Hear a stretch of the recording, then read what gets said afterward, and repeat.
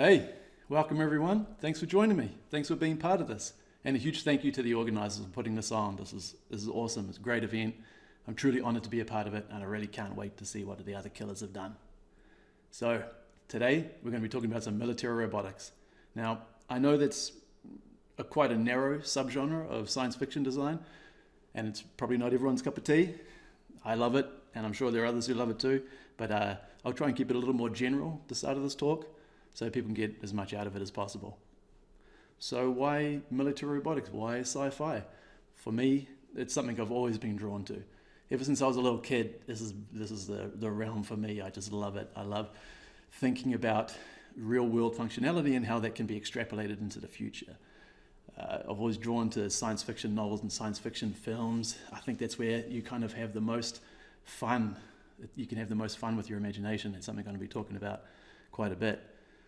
So to begin, like I say, I've been doing this ever since I was a kid. And when I was a kid, I heard this saying, this quote, that really struck home for me, that really sort of summed it up, why I do what I do, why I love it. And the quote was by a guy called Virgil, who's an ancient Roman poet. Now, I didn't hear his quote. I didn't know it was him. I found this out many years later.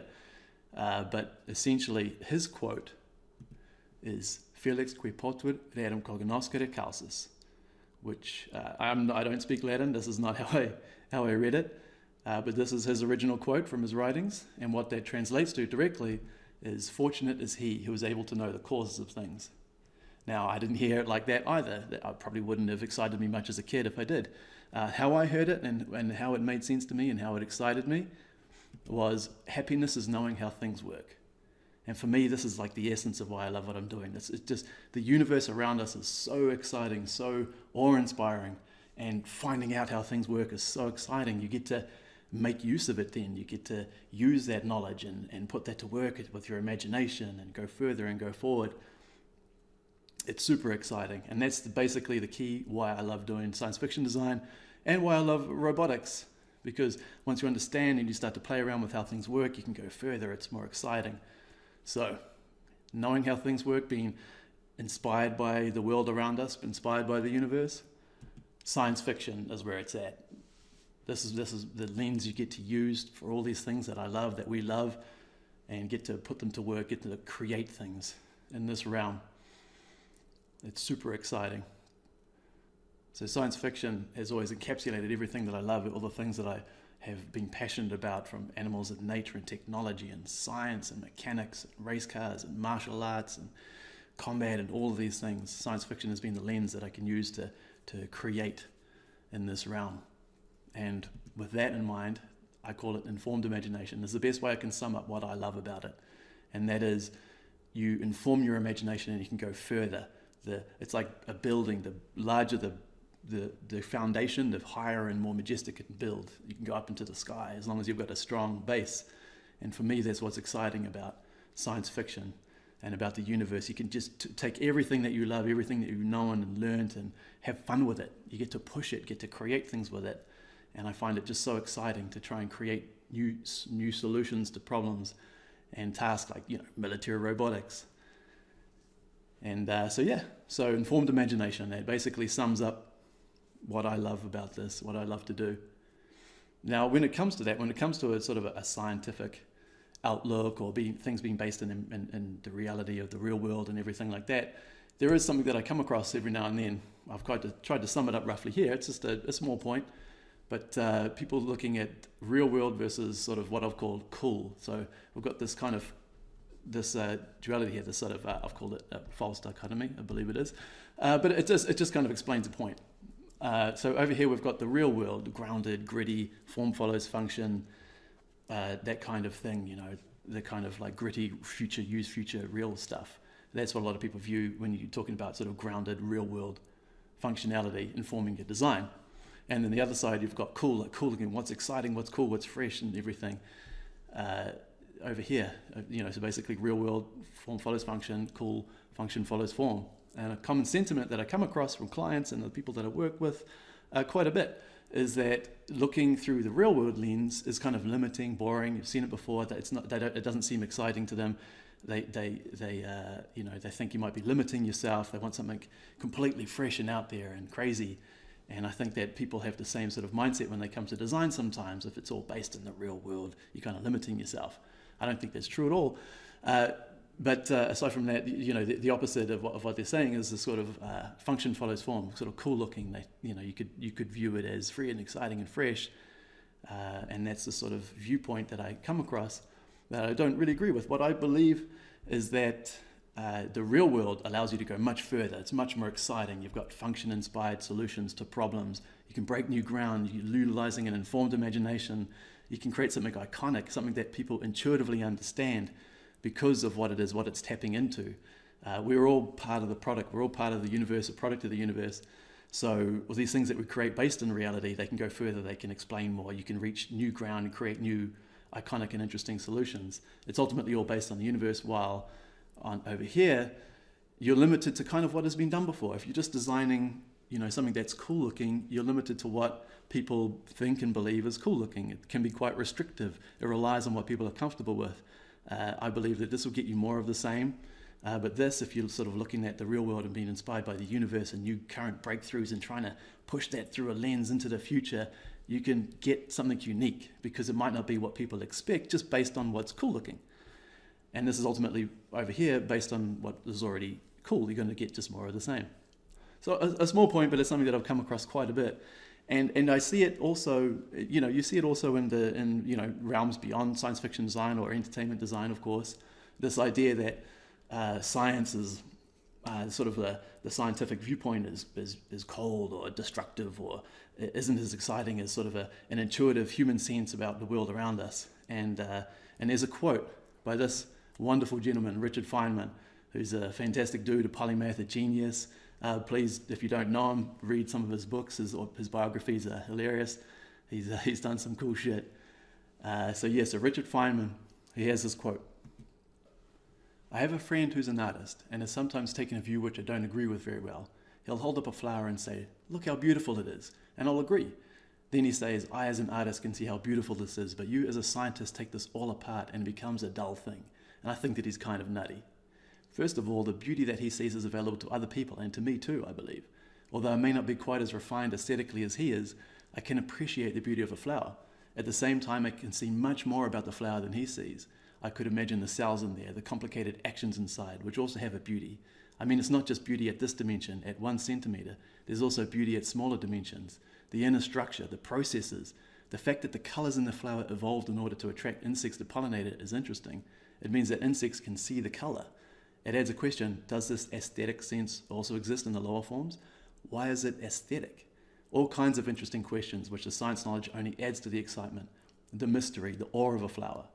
It only adds. I don't understand how it subtracts. So for me, that quote it really rings true. The more you know, the better it gets. The more fun you can have with it, the more you know about the world and think about, learn about how things work and are created and function, the more exciting, the more fun you can have with it.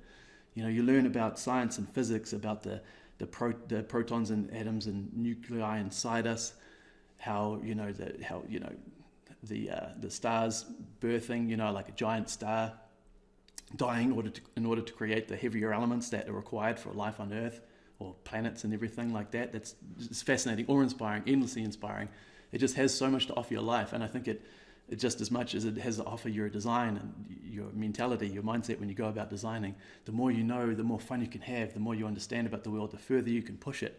Look at new science breakthroughs. I love the website Phys.org. It's fantastic. You just sort of read through that, and it's a great antidote to the news, the bad news.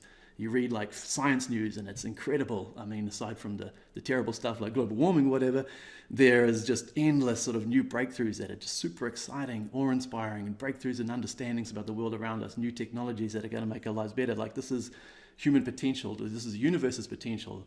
The universe has a trend towards ultimate complexity.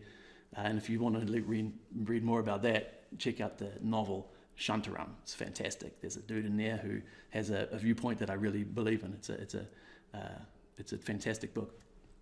So that aside, the universe trend towards ultimate complexity. So we can build on that. We can help, put that in our work and inspire, be part of that. I mean, this is sort of high goals or anything, but it is basically what I'm describing is like, this is why I find it fun. It's just taking the world around us and everything that I love about all these different exciting things and passions and everything like that, and just using it using my work, my sort of concept work, as a sort of lens for all this, creating sort of new fun things and having fun with it and developing things and pushing it further and trying to create something fresh and interesting. So with all that said, it's not a patent application. These aren't real world objects. They don't have to work. You don't have to get too bogged down in it and how it works and understanding everything about it. You just want enough of a knowledge base to be able to influence your design, to be able to inspire you to try new things, new choices that you might not have done if you were purely basing things on just what looks cool. What does the client think looks cool? You want to have an interesting solution to a problem. You want to come at it from a different angle, a different side. And so I like to term it as, it's not a patent application. You're not trying to say this is it, this is exactly how it would work, pay me now. So so it's not a patent application. It doesn't have to actually work. You can, err on the side of cool looking. And by that I mean, if you have a design choice to make where pursuing something because it's the sort of the real world rational application of it, this is how it would actually work, or this is how it would function, or this is the forces that act on it, but they don't result in something that looks cool, or that you haven't created something that looks cool. You got to, they always have, this stuff has to be cool at the end of the day. Ultimately, I think it'll be cooler if it's inspired by the world around us and by functionality and unique solutions and things like that. But it still has to look cool. It still has to look exciting and fresh and interesting and unique, and be an exciting part of the project or whatever it is you're creating. So I kind of term that as err on the side of cool looking. Like, if you don't want to get too bogged down and end up with something that's boring but does the job perfectly, you kind of want something that's exciting, interesting, inspired by what you've discovered in this realm or based on the design problem you're trying to solve. And you want it to be exciting and interesting and cool. I've got a funny story related to this, where I was, a couple of years ago, I had the great luck and fortune of having a conversation with Elon Musk. Obviously a gentleman I have a lot of respect and admiration for. I'm sure everyone else does too, for what he's achieved and what he's a part of and what he's ahead of. It's pretty fucking exciting. But I got to have a chat with him about a few different things, and one of the things was I was showing him some robot design. I'd been introduced to him as sort of Aaron Beck is a robot guy, and he does sort of functional, real-world inspired robotics and everything. And I'm thinking, Jesus Christ, this is Elon Musk, settle along, And so I was showing him a robot design, and it had a pintle mount head. Well, basically that's like a frame that the head mounts on, and it can spin around 360 degrees. And I was saying that, this head, it has sort of like an eyeless sensor head. It's like an X head mounted in the middle, sort of an aggressive, cool-looking shape, like a radar array inside, no eyes, kind of, mechanical. And what I was imagining to help inspire sort of unique gameplay was that this head can spin around 360 degrees. I was thinking in a scenario where you'd see the robot, you'd shoot it in the back, and you'd see this head immediately spin 180 degrees, targeting you. The weapon holding, the arm holding the weapon would spin just a few frames later, so it'd be bang, bang, and then the body would follow after that, sort of a snake-like. Something that's not human, a non-human kind of movement, something that, you shoot it in the back and immediately it's looking at you over its back. It's creepy, it's non-human, it's interesting. And I was hoping that would help create some interesting gameplay, something that you weren't familiar with. And Elon says, you just put a camera on the back of the head, then it doesn't have to spin its head. And that's exactly what I'm talking about. You kind of use enough of the real world and inspiration from functionality to inspire cool design choices, but you don't want to get too bogged down, because as I explained to Elon, my thinking along those lines is, yep, that's absolutely correct. You put a camera on the back, you put cameras everywhere, you put guns facing every direction or whatever suits, you make it the most explicitly functional object. And what you kind of end up with is the most capable thing in this realm, and sort of military hardware in that, is you end up with a nanocloud. And it can do anything, it can be anything, it can destroy anything, it can dissolve anything. But as a designer, it's not that cool to design because it can be anything. It has no form, it has no shape. And so I always like to err on the side of cool looking. And Elon said, you don't have to fear the nanocloud. You don't have to worry about evil nano, because you can always outrun a mosquito. I laughed and asked, do you mean because each little unit is so small they can only travel, slowly? he said, yeah, they have like a limited energy supply. They can only travel so fast. And therefore, because you can always outrun a mosquito, you don't have to fear evil nano. And I mean, I'll treasure that to my grave, getting told from Elon Musk that I don't have to fear the evil nano cloud. That was cool. But I didn't say to him at the time, but I've been bitten by a shitload of mosquitoes, man. Maybe it's not like inspiring so much confidence, you know, like what if you can't see them? So yeah, err on the side of cool looking. Have cool functional solutions, but don't get too bogged down in the workings and the details that you either never get the design done, or you keep tearing yourself apart and changing it, or you just don't end up with anything interesting or viable for the project. You got to create something cool. But I think, you know, coming at it from that real world perspective, you're going to end up with something cooler because you can tap into so many other things than just what we all agree looks cool. Cross-pollination, another favorite sort of concept of mine when it comes to design work, like having a lot of interests, a lot of passions, a lot of things on the side, a lot of other work that you do or that you love or that you're a part of, and having that sort of filter into your work in interesting ways, ways that aren't expected. And that cross-pollination effect, I love it. I love when it sort of comes in and it becomes intuitive, like you're working and you know, your work, okay, this siren's going on, hang on a minute. So cross-pollination. So thought process. Now, doing something like this forces you to actually analyze your thought process. Like a lot of my design work and everything that I do these days, it's all quite intuitive beyond looking at the task at hand and doing some research and everything like that. But when it comes, say, for example, down to creating a military robotic like we're going to do today, these days a lot of it is just intuitive. I'm just going to be sketching, scribbling, letting it flow out, stream of consciousness like onto the paper or onto the computer, and just letting sort of like a lifetime of thinking about it and working in these things sort of influence it.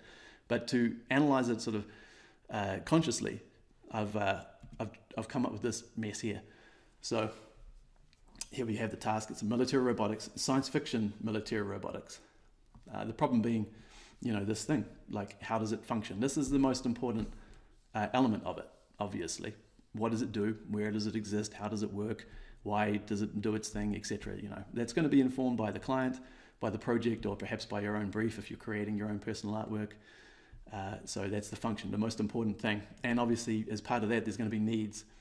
For example, it's going to have to, you know, for example, our military robotics, it's going to need power, strength, speed, lethality, defense, you know, sort of aggressive, you know, badass military things that they kind of need by default. These are combat machines. This is a combat machine that has to defend itself and attack and everything. And so it's going to be these things. And I've always been drawn to these things. This is, for me personally, this has always been what has excited me the most. I've always loved animals that are the most, you know. I always loved the most, you know, stuff. Like, I guess that's pretty standard, but I always loved the fastest bird or the peregrine falcon, the you know, the most the stealthiest cat, all these things, and they're all predators. All my favorite animals are predators, and I just loved, I guess that's why I also love learning about the universe, the sort of the subatomic powers and forces and the strong and weak nuclear force, like the atomic bombs and things like the most. I love learning about the sort of the most powerful, potent parts of this world around us. I guess potency is a good way of summing it up. You want to create something that's potent, that someone will see and be like, shit, they don't even have to know what it is you've created or know how it works, but its potency is there for everyone to see and understand intuitively. So all of that, all of the function, all of the needs, blah, blah, blah, blah, blah, everything relates down to the basis, down to physics, down to nature, the universe around us, nature and physics. Obviously, physics is part of nature. Everything comes from that. You know, this is our entire universe, and exciting, crazy place it is. Everything is based on that and inspired by that and a part of that. So when it comes to specific inspiration from that, I find when looking at military robotics, the things that I find sort of fit and excite me the most to tie into it are anatomy, human anatomy, animal anatomy, just anatomy in general, just the musculature, skeletons, the way everything connects and interacts, you know, the function of it, the build of it. You know, the evolution has done billions of years of development to create the forms and structures and things that we have. And same goes for the sensory organs, the function of it all. Again, function, because it informs what it is, what it does, how it looks. And then animals, as a subgroup, and for me specifically, predators, they tie in, they do the same thing. Predators attack, and they have different methodologies for attack, and so they I always draw inspiration from them. They look incredible. Everyone knows like the look of a snake head or a big cat or anything like that. There has this inherent like lethality, like we see the function in it. Obviously we also have been raised to believe that they're dangerous because they are dangerous, but I think that part of the reason why they're so appealing and have this awe-inspiring quality, of course, as everyone I'm sure would agree, is that their raw function. They've been evolutionary engineered to be the best of what they do, and we can see it, we understand it intuitively. Then we have technology, so existing technology and in development technology, just stuff you learn, pick up online, studying things, whether it's science and technology or anything else technological based. I love looking at sort of science websites, like the breakthroughs. It always inspires new sort of exciting thought processes and technologies and methodologies and little short story ideas and things like that. Existing military. Obviously, this is a military robotic, so we're going to be looking heavily into existing military, into the function, again, the function of it, what it does, what role it fills, its scale, and then its armaments and defenses. And it is a lot more than that to it, but I'm just summing these up briefly. So those are sort of some specific inspirations. Other examples that you could tie into this, that I love to tie into it, and these are some of my own passions, and so I'm sure everyone has their own, and that's the cool thing about this design, is you take your own inspirations and passions and things you love, and you use them in your work. And if you're anything like me, I know that that's what excites me the most. Is sort of I've had these ideas and they're all sort of bubbling around, and it's great to be able to try and jam them into things and see what works and see what fits. It's super exciting. So some examples I've got in here are race cars, sports. It's not all about cars for once. Martial arts, dance, etc. And then when it comes to specific references for your own, whatever you've been tasked with, whatever the specific function that it has, you'll come up with overlapping examples from here. So whether it's it's got to go through caves, you might look at a snake and the anatomy, blah blah blah, technology. You're taking specific examples of this that fit what you need out of here. And it doesn't have to be, let's say for example, it's not predators and it's not all power and strength and speed and that shit. What if it's an escape vehicle robotic? It's a rescue thing. It's designed to get people away very fast. You could look at ungulates and animals that prey animals that can bound and hop and climb steep walls, like goats, and you've got sort of gazelles and things like that are fast. You have a whole totally different aesthetic and look and function and everything. It's not all, for me, for what I'm into, military robotics being assault, attack things, we're looking at, predators and that sort of shit. So the other examples, hopefully they cross-pollinate. Say for me, a big one has been martial arts and how it overlaps with it, anatomy and predatory animals technology and the military, creating the different shapes and forms and ideas that are espoused in martial arts. It's all, again, nature and physics. So you put in forces to work. It's about the strength and attack and movement and everything. So you're trying to bring that feeling or these specific examples into this, seeing where they overlap, seeing the exciting things that come from it. And from there, hopefully, you can create an interesting and unique solution.